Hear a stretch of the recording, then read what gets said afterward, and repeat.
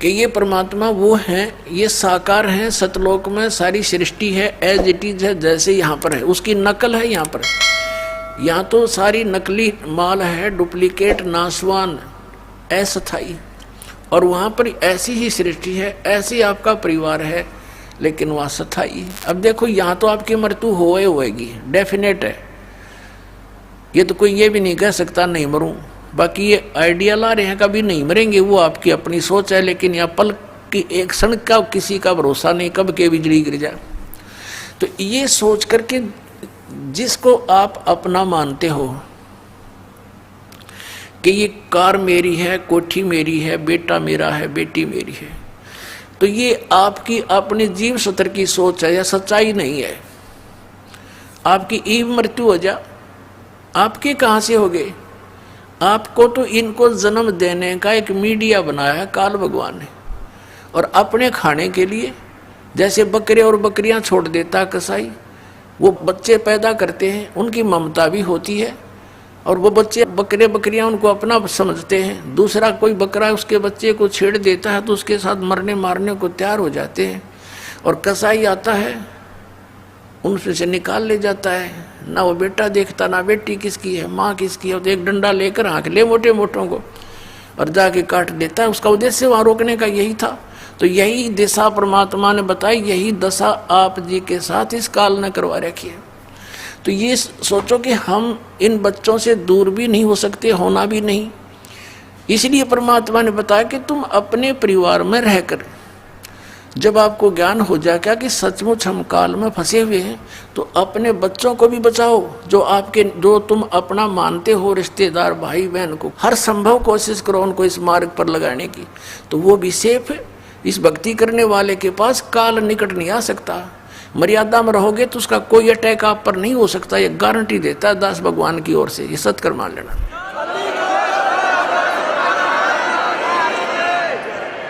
अकाल मृत्यु नहीं हो सकती आपके किसी परिवार की अगर आप मर्यादा में रहोगे। परमात्मा ने कहा था, जब लग हंसा हमारी आना और काल लगे नहीं तेरा बाना। परमेश्वर ने कहा कि जब तक मेरी मर्यादा में यू रहेगा मेरा बच्चा, तो तेरा कोई अटैक नहीं हो सकता। चाहे उसकी मृत्यु का दिन भी आ गया तो भी परमात्मा नहीं मरने देगा, क्योंकि ये वो परमात्मा है जो आयु एक्सटेंड करता है, और कोई भगवान नहीं कर सकता, केवल कबीर साहब कर सकते हैं परमेश्वर। और ये काल क्या दाव लगाता है, ये सबसे पहले आपका नाम खंडित करवाता है, चाहे किसी तरह करवाना पड़े, और नाम खंडित होने के बाद फिर परमात्मा की पावर से आप डिस्कनेक्ट हो जाते हो, परमात्मा का संरक्षण नहीं रहता आपके ऊपर, फिर आपको केवल कर्म ही मिलेगा जैसा आपने किया है। तो वहां फिर आप पर यू काल चोट मार देता है। मर्यादा आपको बता दी गई है, इस पुस्तक के अंदर भी हमने ज्ञान गंगा में भी लिखी है, और वैसे भी जो यहाँ फार्म आपका रजिस्ट्रेशन फार्म होता है नाम लेने वाला, उसके भी बैक में खूब लिखी है।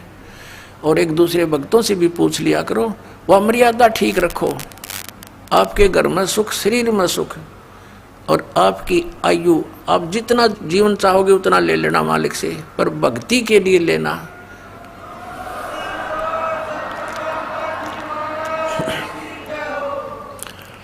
केवल भक्ति के लिए मांगोगे तो मिलेगा, यहाँ की बकवादों के लिए मांगोगे तो नहीं मिला। यानी भक्ति मीन कि कल्याण हो मालिक मेरा इसी जीवन में, भक्ति करूं और मोक्ष प्राप्त करूं, मेरी भक्ति अधूरी ना रह जा, इसलिए जीवन यातना आप कर सकते हो तो मिलेगी आपको। और प्रसंग चल रहा है कि जैसे आदरणीय नानक साहिब जी को परमात्मा बेई नदी पर बाबा जिंदा के रूप में मिले थे, वो कबीर साहिब थे, काशी वाले धानक थे, जुलाहे थे। अब सन 1398 से लेकर सन 1518 तक वो परमात्मा सतपुरुष, जिसे अकाल मूर्त भी कहते हैं, शब्द स्वरूपी राम भी उसी को कहते हैं, परम अक्षर ब्रह्म भी उसी की उपाधि है, वो काशी के अंदर एक जनसाधारण जुलाहे का कार्य करते रहे, और एक दिन में हजारों जगह प्रकट होकर के अपना ज्ञान प्रचार भी करते रहे, जिस कारण से उस परमेश्वर के 64 लाख शिष्य हुए थे, हिंदू और मुसलमान दोनों धर्मों के। पुण्यात्माओं, आज से 550 वर्ष पहले, 600 वर्ष पहले ना कोई लाउड स्पीकर था, ना कोई मीडिया था, ना कोई चैनल टीवी था। और एक जुल आया और काशी में एक गृहस्थी दिखाई दे, गृहस्थी नहीं थे दाता, उनके 2 बच्चे थे जो उन्होंने किसी कंडीशन पे, किसी उद्देश्य से और उनको जीवित किया था, जो मर चुके थे। घर वालों ने अंतिम संस्कार उनका कर दिया था। फिर वो बच्चे 12-13 साल की आयु का शरीर था, वो फिर मालिक ने अपने पास अपने बच्चों की तरह रखे थे। उनके कोई माता पिता नहीं थे, लेकिन नीरू नीमा उनको जंगल से उठा कर लेकर आई थी, तालाब से, इसलिए वो संसार की रीति से उनको माता पिता कहा करते थे। तो ऐसी लीला एक सिंपल मैन और उसके 64 लाख से इतनी सुख दिए मालिक ने उन बच्चों को, क्योंकि वो हमारे पिता हैं। हम यहाँ दुखी हैं, ना तो ये ब्रह्म हमारे कर्म को चेंज कर सकता, क्योंकि पाप कर्म के कारण हम दुखी हैं, और पुण्य से हमें सुख प्राप्त है।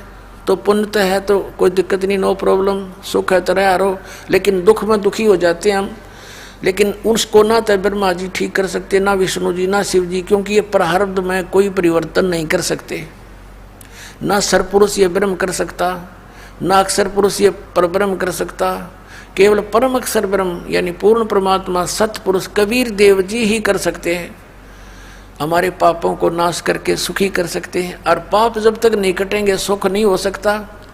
अब जैसे किसी के पैर में कांटा लग गया है और वो अपने छोटे बड़े भाई बहन से कहता है मुझे पीड़ा हो रही है, अब वो ये तो बता सकते हैं कि तुझे कांटा लग गया जिस कारण से पीड़ा है। उनके पास वो निकालने का कोई वस्तु है नहीं, तो वो निकाल नहीं सकते।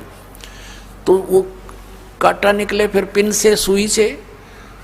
तो ऐसे ही जैसे अभी तक जिन भी महापुरुषों से आप मिले, राधा स्वामी पंथ वाले, धन सतगुरु वाले, जितने भी आज तक पंथ वाले हैं, उन महापुरुषों को छोड़कर जो भगवान से मिले, उनकी वाणी को छोड़कर सभी ने यही कहा कि भी कर्म तो भोगना ही पड़ेगा, इसमें कोई परिवर्तन नहीं हो सकता। भक्ति करते रहो, आगे सुखी हो जाओगे।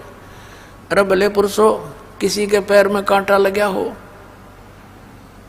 और कोई किसी के पास जाए कि मुझे किस कारण से दर्द हो रहा है, पीड़ा हो रही है, तो पैर दो दाग ये तो बता सकते कि आपके कांटा लगा है जिस कारण से पीड़ा है, और फिर ये कहे कि कांटा तो निकलेगा नहीं,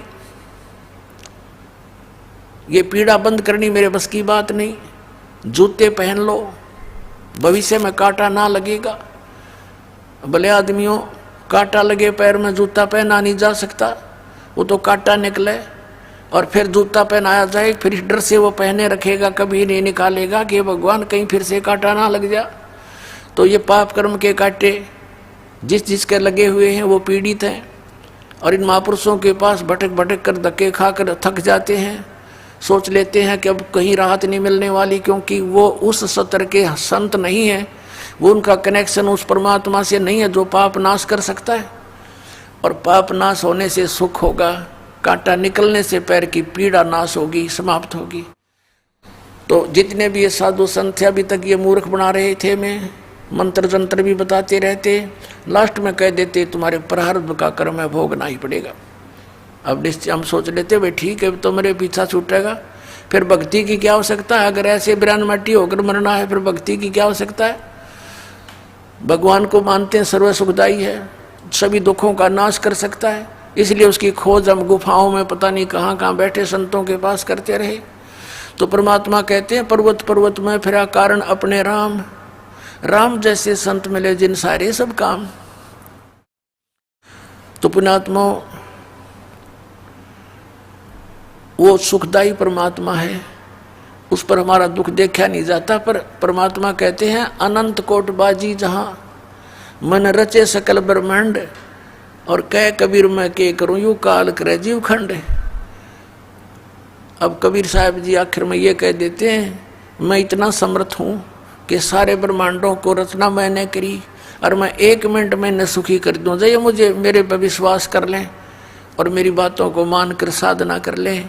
लेकिन कहते हैं आखिर में कि कह कबीर मैं के करूं, यू काल करे जीव खंड, ये हमसे निकाल ले जाता है काल। यहाँ से कोई न कोई ऐसी मन में भूतनी बांट दे इसके, क्योंकि अज्ञान हमने घना सुन रखा। ज्ञान केवल एक सतलोक आश्रम बरवाला में, बाकी सब जगह आध्यात्मिक अज्ञान भरा पड़ा है। तो उस आधार से सभी आधारित है, और यहाँ से गए हुए प्राणी को कोई ना कोई सा सिरफिरा मिल जाता है कि वो किसी ने संत बना दिया। वहाँ क्या ऐसी नारी बात है, वो तो सबको नो कहता है इनके पास ज्ञान नहीं। दास नहीं कहता, उनका इतिहास कहता है कि उनके पास ज्ञान नहीं है। तो वो फिर बेचारा डगमग हो जाता है। नानक साहिब जी से किसी ने प्रश्न किया कि हे प्रभु, हे महात्मा जी, आप हमेशा यहाँ खोए खोए से रहते हो, चेहरे पर आपका कोई खुशी नज़र नहीं आती। तब उन्होंने कहा था कि ना जाने काल की कर डारे, और किस विध ढड़ जा पासावे, जिना ते सरते मौत खुड़क दी उनानो केड़ा हंसावे। कि यहाँ पर हंसे किस बात पर, 1 मिनट में ना जाने के बिजली गिर जा।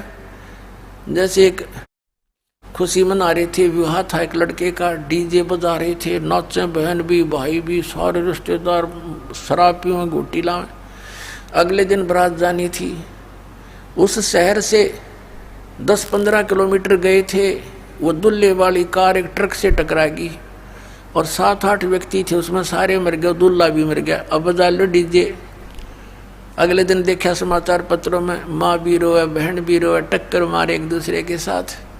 तो यहाँ किस चीज़ पर खुशी मनाते हैं? बिना ज्ञान के नशे में नाच रहे हैं हम। यहाँ तो टाइम पास करके अपना पीछा छुटवाओ, चलो वहाँ खुशी मनाइयो, सदा सतलोक के अंदर सदा खुशी है, वहाँ पर सदा बाहर है सब कुछ। फिर पूछा कि हे भगवान, हे महात्मा जी, क्या आप सदा ऐसे ही रहते हो या कोई अवसर आपका खुशी का भी आता है? तब उन्होंने कहा कि साध मिले साढ़े शादी होंदी, विछड़ जा दिलगिरी वे, अख दे नानक सुनो जहाना मुश्किल हाल फकीरी वे। नानक साहब जी कहा करते थे कि जब मेरे हंस, मेरे सिख मेरा सत्संग सुनने वापस आते हैं मेरे पास, तो मेरी खुशी का ठिकाना नहीं रहता। और जब यहाँ से ये जाते हैं, बिछुड़ते हैं मेरे से, मुझे इस बात की चिंता सताने लगती है कि हे भगवान, हे परमात्मा, इन प्यारी आत्माओं को कोई सिरफिरा काल का दूत भ्रमित ना कर दे, क्योंकि ये फकीरी या भक्ति बड़ी कठिन हो गई है। एक संत एक समय में सच्ची कहने वाला एक होता है, झूठ बोलने वाले असंख्य होते हैं। और तो एक व्यक्ति जो सच्चाई सुनकर जाता है, वो कितनी देर तक ठहर सकता है उन झूठों के सामने, जहाँ पर सैकड़ों व्यक्ति एक ही तरह की बात कहने वाले मिलते हैं। ऐसा नहीं है, ऐसा नहीं है, ये सब झूठ है, कहाँ लिखा है? तो अब दास पर मेहर करिए, वो लिखा दिखा दूँ हूँ, इसलिए आप सभी टिके हुए हो, नहीं तो आपको भी ये डगमग कर देते। तो नानक साहब जी कहा करते थे, साध मिले साढ़े शादी होंदी, और विछड़ जा दिलगिरी वे, और अख दे नानक सुनो जहाना मुश्किल हाल फकीरी वे। कहते हैं ये बच्चे वापस आ जाते हैं तो मेरी खुशी का ठिकाना नहीं होता, और जब यहाँ से ये जाते हैं सत्संग सुनकर, फिर मुझे यही चिंता हो जाती है। और जब ये न्यू के न्यू वापस आ जाते हैं, तो फिर साध मिले साढ़े शादी होंदी, विछड़ जा दिलगिरी वे, अख दे नानक सुनो जहाना मुश्किल हाल फकीरी वे। तो पुण्यात्मा, सच्चाई तो केवल बरवाला आश्रम इसार के अंदर और सब जगह ज्ञान भरा। जो पुण्यात्मा यहाँ से संबंधित होती हैं, उनको रास्ते में यहीं से बसों में टकराने लग जाते हैं, वो तो ऐसा है, वो तो वैसा है, क्योंकि काल ने यूँ करवाना था काम उल्टा कि कोई सच्चाई से परिचित ना हो जा। ये भी काल के दूत इनको पुण्यात्माओं को लग रहे हैं ऐसे रोकने कि उनका सत्संग भी नहीं सुनना, रामपाल का, उसकी किताब भी नहीं पढ़ना। रतरा गजब, यो ऐसा पाप के भागी हो रहे तुम। लेकिन अब इनकी एक नहीं चले। परमात्मा ने कह रखा है कि पूरा विश्व एक होगा, पूरे विश्व में ये ज्ञान कबीर परमात्मा का फैलेगा, एक ही भगवान रहेगा कबीर जी, एक ही ज्ञान रहेगा, ये तत्व ज्ञान, और सब ज्ञान नाश हो जाएंगे।